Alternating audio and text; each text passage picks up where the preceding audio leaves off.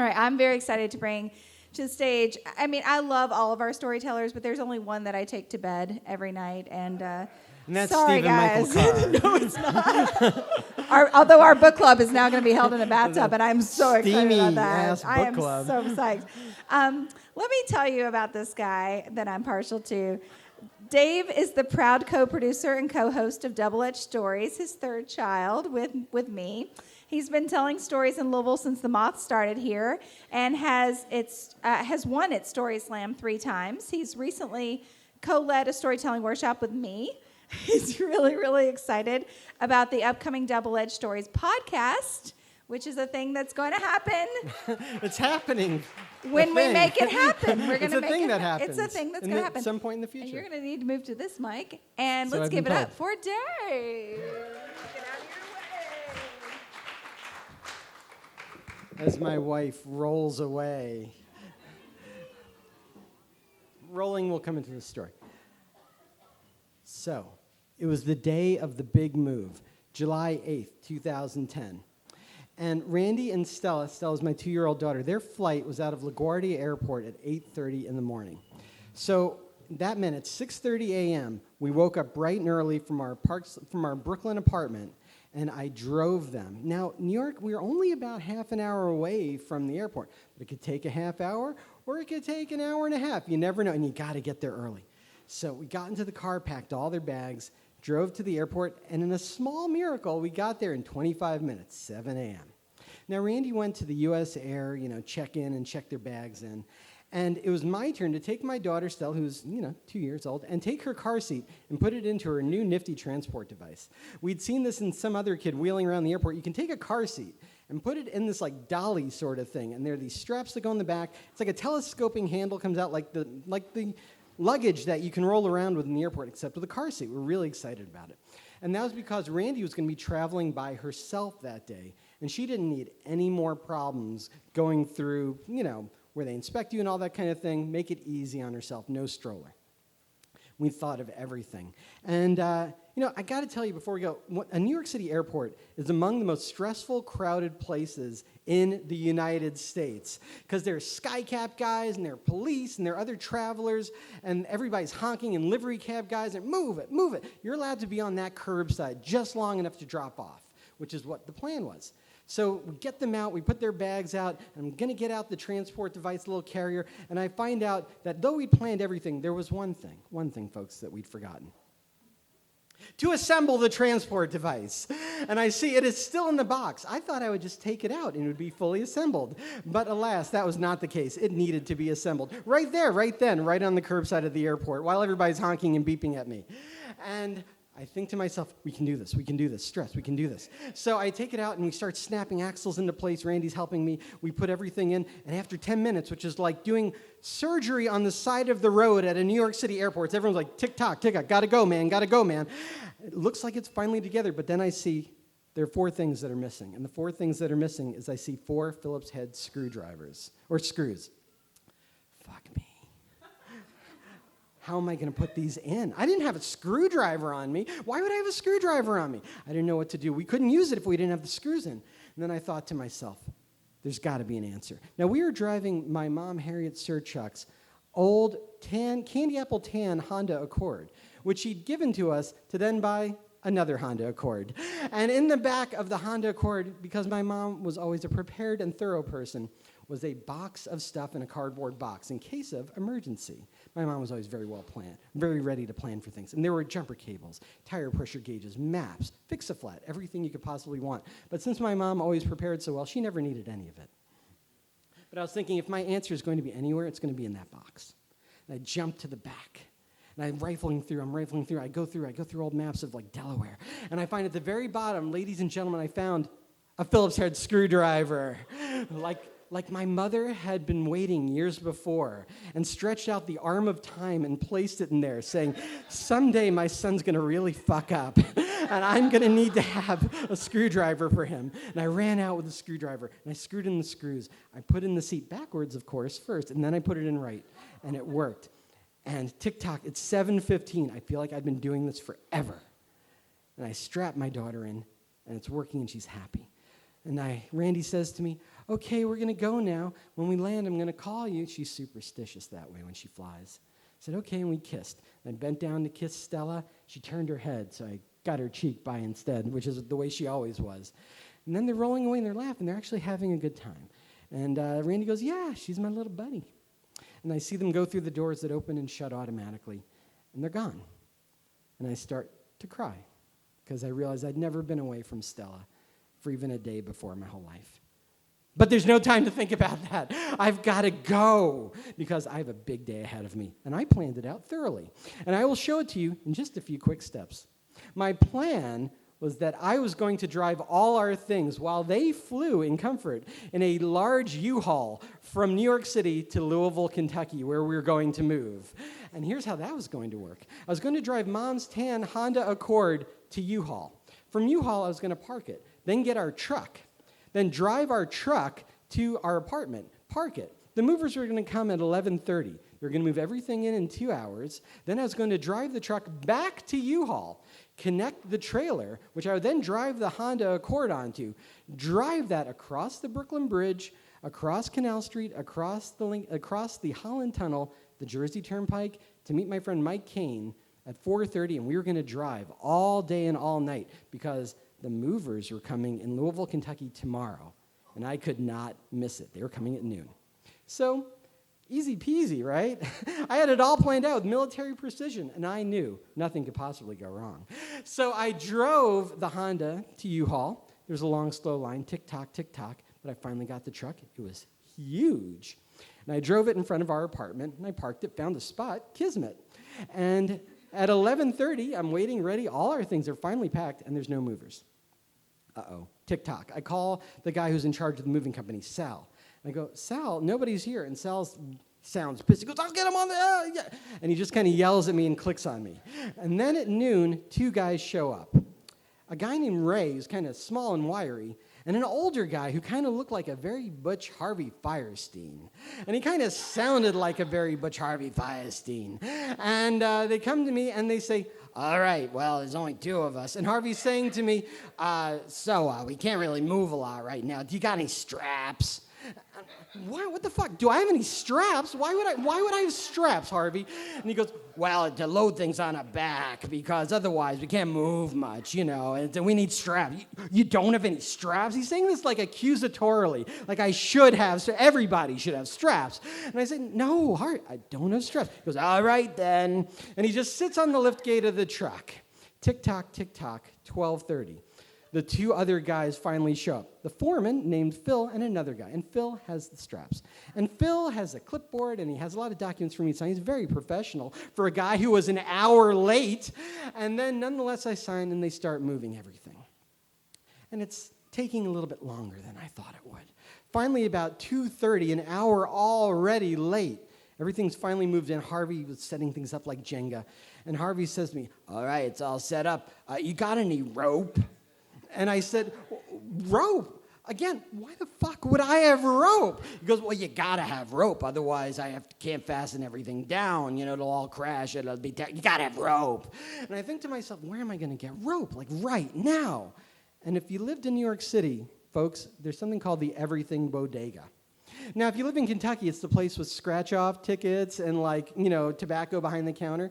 Well, in New York City, they have that, too, except it's also got, 5-cent copies, a notary. It's got, a law department in the back and a pharmacy. It's got everything. So I'm like, if the rope's anywhere, it's going to be there. I run the 4 blocks. It's killing me to pay these guys literally to sit around. And I'm rifling through, gray market sponges and mops in the back, and I find under some other stuff 2 bags of rope.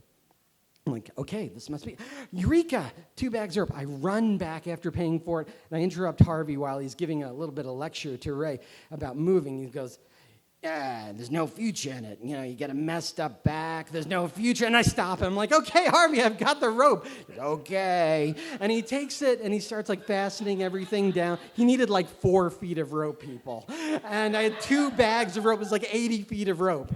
And then at the end, when everything's he goes, you got a knife?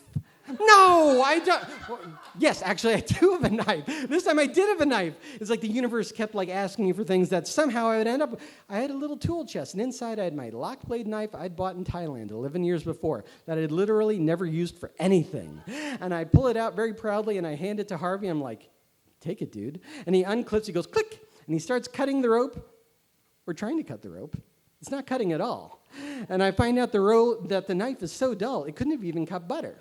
And we're sticking there while he's trying to like saw it with friction. And finally, he has an inspiration, a smoker's inspiration. He takes a cigarette lighter and he burns the synthetic rope, and no problem.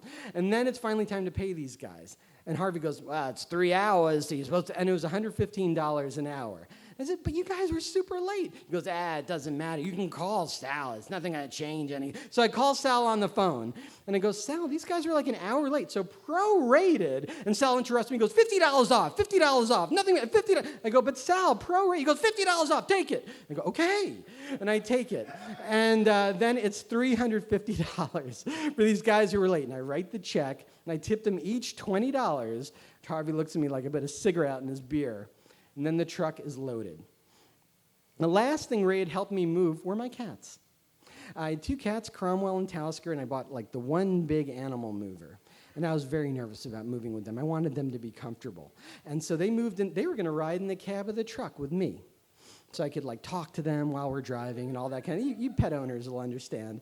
And the first thing they did was immediately shit and pee in the little cardboard litter box I put in there, which was wafting through the cabin of the truck. And meowing for like, they never stop meowing, folks. So I drive the truck, which now drives very badly because it's so heavy, to U-Haul. And I get out and I pull it around to the back where I'm supposed to go, where the trailer, which I'm reserved, is waiting for me.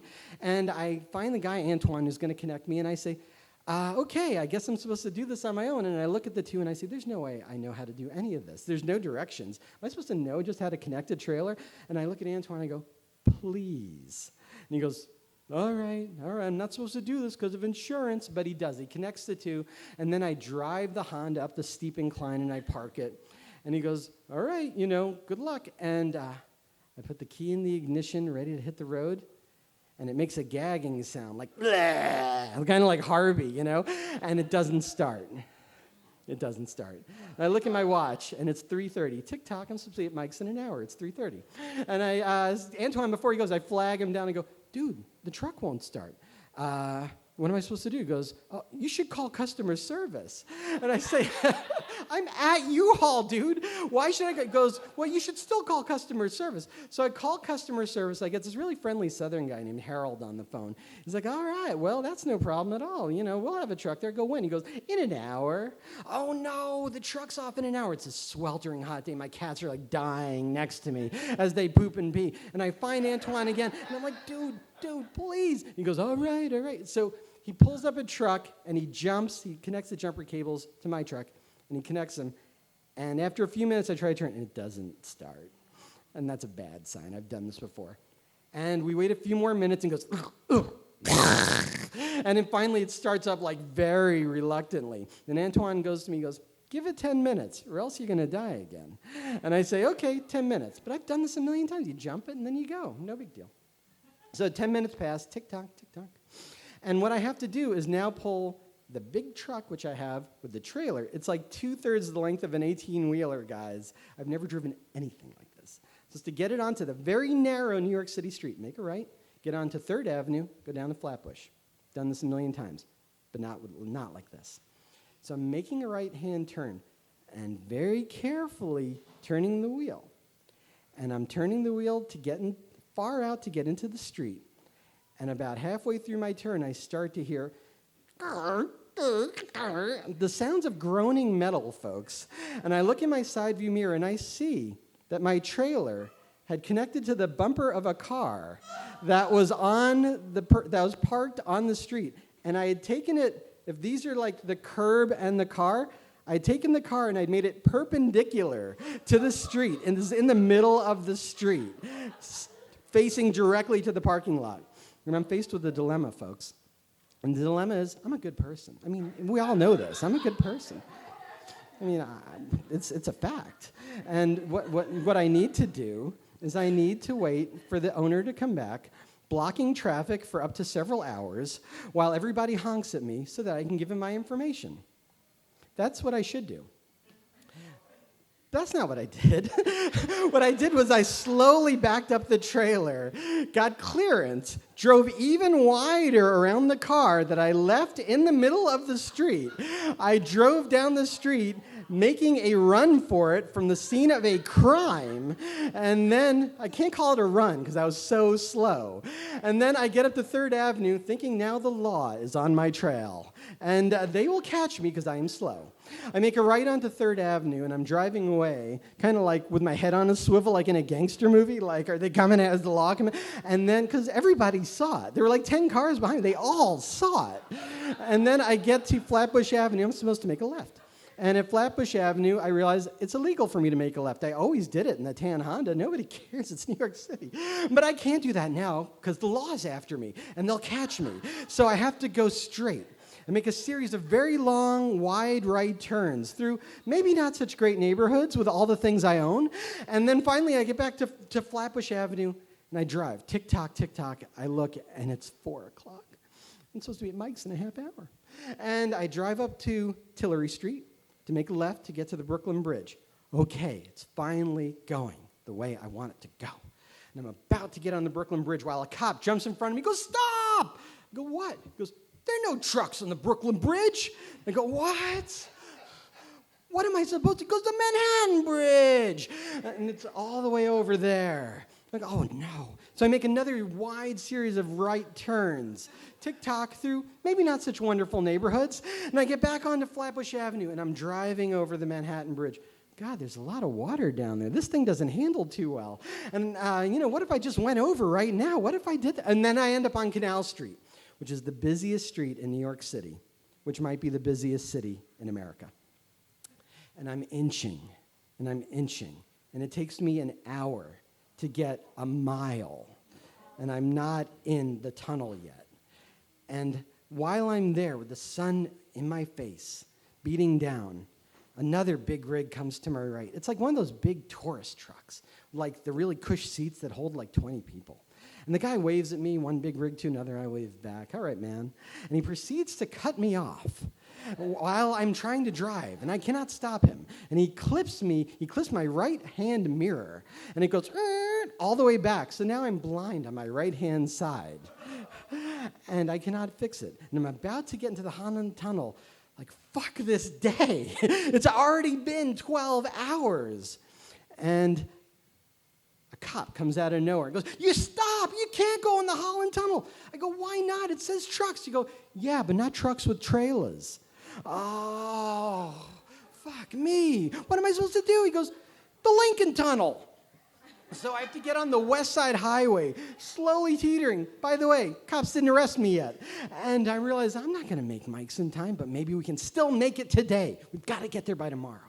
And I drive up 42nd Street, so crowded, I inch my way in, get across the tunnel. Finally, I'm on the Jersey Turnpike. And it looks like Kansas to me. New York was so busy that Jersey seems free and easy in comparison. And I'm looking up with a sunset coming down to my eyes. And I see like a fish flying just by itself in the air. A fish. This is bizarre. A fish? Really? And I see it's in the talons of some mighty raptor bird, like an eagle. And it's gorgeous over the meadowlands. And I stare at it just long enough to realize, dude, you got to stop. If you crash this thing, you're going to die. And so I have to focus right back on again. And I am stressed out all day. My brain is exhausted. I can't believe it's already been this long. My cats are meowing. And I look down at my fuel gauge and I see I'm already halfway out of fuel. How? I only went 10 miles. But I've got to get fuel, like soon. I don't know how long this can go. And in Jersey, we name our rest stops after our heroes. So I passed the Vince Lombardi rest area. I passed the Walt Whitman rest area. But I pulled into the Thomas Edison rest area. And I was about to get gas, but I had to go to the bathroom first because it had already been 12 hours nonstop. I go to the bathroom. I get a terrible hot dog. I go back in. I sit down in the cab. I put the key in the ignition. And folks, you're never going to guess what happened next. It didn't start. It did not start. It didn't even gag. It went like click. That was it, the click sound. This time I call U-Haul. I use the confirmation number that they'd given me before that I never needed, by the way. And I get a woman named Betty on the phone. She goes, all right, well, no problem. That happens all the time. What are you going to, we'll send a guy out. I'm like, okay, good, I can still. When? She goes, 2 hours. And I look at my watch, and it's 8:30. 2 hours. Thank you, Betty. Okay, 2 hours. Finally, I couldn't deny it. All day I'd been saying, I don't have time for that. I don't have time for this. Well, folks, I had time for it. First thing I had to admit was, I'm not going to be in Louisville, Kentucky tomorrow in time. I had to resign myself to this idea. I'm not making it. I called the movers. They're very nice and southern about it. Okay, well, when you get there, let us know. And the second thing I had to grapple with was, folks, why was I even doing this move? And the answer is to keep my family together. So things had been going pretty well for us in New York City for a while. I was an editor at Forbes.com. Randy was a school teacher. And then we had a child in 2008. Our daughter, Stella, beautiful girl, and light of my life. But it was not easy. She cried. She didn't sleep. She cried all the time, all night, screaming, crying. Us in that little one-bedroom apartment in Park Slope, screaming and crying. Soon Randy and I both had very bad postpartum depression. It wasn't supposed to be like this, we thought. But Randy's was actually much worse than mine because she was with Stella all the time. I went to work, but Randy couldn't work because daycare costs as much as her job, because that's New York City. And locked in that tiny little apartment in the spring into the summer, it drove her over the edge, and she was miserably unhappy. Then the Great Recession hit, and in late 2009, I lost my job. And suddenly, something tying me to New York was no longer tying me to New York. And Randy started agitating. I don't want to be here anymore. I don't want to live in New York City. Why is everyone so mean? We'll never own a place. I want to go back to Kentucky. And I was saying, no, never. There's nothing I wanted to do less than go to Kentucky. Everything I knew was New York. My friends were there. My family was there. My career was there. Everything I loved about my life was there. My big dream was there of writing for a comedy show like Colbert or for Letterman. That was the big dream. And I could only do it in like New York or maybe LA. And finally, one day, after months and months of misery and escalating fights and the money's running out, Randy says to me, I'm going to Kentucky with you or without you. So what was I going to do? I'd been the immovable force. She'd been the irresistible object. We'd been at a stalemate. Finally, I think I'd had my dreams of being a great person, of being a big success, of being a great man. But there was one dream that was even more important, and that was being a good dad. This little girl who needed me. It's a good dad. What's a good dad? It's somebody who's there. It's somebody who's in the life. Somebody who's there as much as they can be there. Because I didn't grow up with that. My parents were dysfunctional. I didn't see my dad a lot. I missed it. I felt like I was always missing it. I didn't get it. I didn't know what couples did. I didn't know how to talk to girls because I missed it. I vowed, if I have a kid, you know what, I'll be there. Finally, I reluctantly said, let's do it. I didn't know what the future would hold, but I knew that we had to give it a chance. At 10:30, the truck shows up, big, beautiful truck. And I'm excited. Finally, I'm getting out of the Edison rest area. And I pop my hood, and I say to the repairman, I say, hey, so good to see you. He goes, I should be home by now. And I say, what? And he goes, yeah, I should. And he replaces the battery. Truck starts right up. I'm backing the big rig out. He goes, you can't stop. You can't do that. And I go, why? He goes, you back it up the trailer, it'll snap, and you're done. And I go, okay. Like, he's so pissed off at me. Okay. So I drive. I'm so tired. It's 10:30. I've been going for 13 hours in a row. I get back on the highway, and folks, I go the wrong way. Back to New York City. I make the wrong turn. and there's nowhere to turn around. I can't believe I haven't crashed yet. The cats are meowing still. And I go past the Walt Whitman, and I go past the Vince Lombardi, and I finally see a U-turn, and I turn all the way around, and I call Mike, and he tells me, all right, here's what you're going to do. You're going to make a right turn, then make a left. And Jersey's like crazy busy. There's a Staples Supercenter, and there's a little road in the back. You make 3 right turns, and you'll be in my house. I'm like, okay. So I make a series of wrong turns. I'm so tired. I'm so exhausted. I get lost a few more times, and finally I'm going the right way. I'm in his general neighborhood. I see the Staples Supercenter, which I drive by, and then I have to come back. And I'm close, but I end up in a cul-de-sac. And I can't turn around because there's not enough clearance for the 2/3 of a tractor trailer. And all of a sudden, I realize I have to back up. You're done. That circles through my head. You're done. I'm like, I have no choice. So I slowly put it in gear and I back up. I'm like, crinkle, crinkle, crinkle, crinkle, and I hear it snapping and twisting while I'm doing it. Or I imagine I hear it. And I gain clearance. Okay. Woo. I drive finally to Mike's. I get there at 12:30 at night. I'd been on the move nonstop since 6:30 in the morning. God, did they only leave that morning.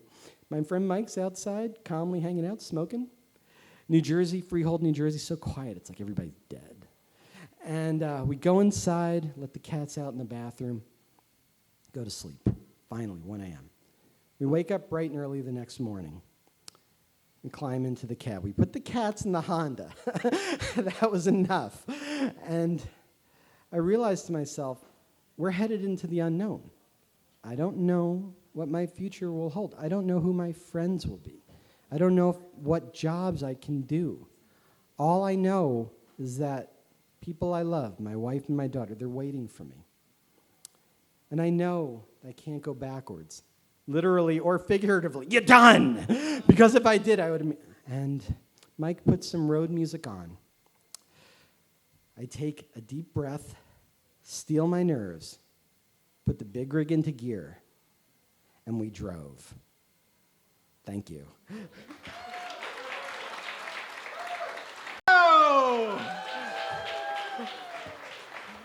Thank you so much Thank for braving the you. weather and joining us. What a great... Let's give it up again for our incredible storytellers tonight. So awesome. We'll be back March 16th for couple fights. That's our special... February 16th. February 16th. February 16th. So if you've never been to that show, we have 4 sets of couples. They each come on stage and tell their side of their favorite argument, and you get to vote on who is actually right. And you vote on who's right. It's a fun show. So everybody, let's give it up for all the storytellers one more time and for the musician. Make sure to follow us on Facebook so you can keep up with all of our shows, and get home safely tonight. Ladies and please. gentlemen, Randy Skaggs. And David Serchuk. Thank you and have a good night.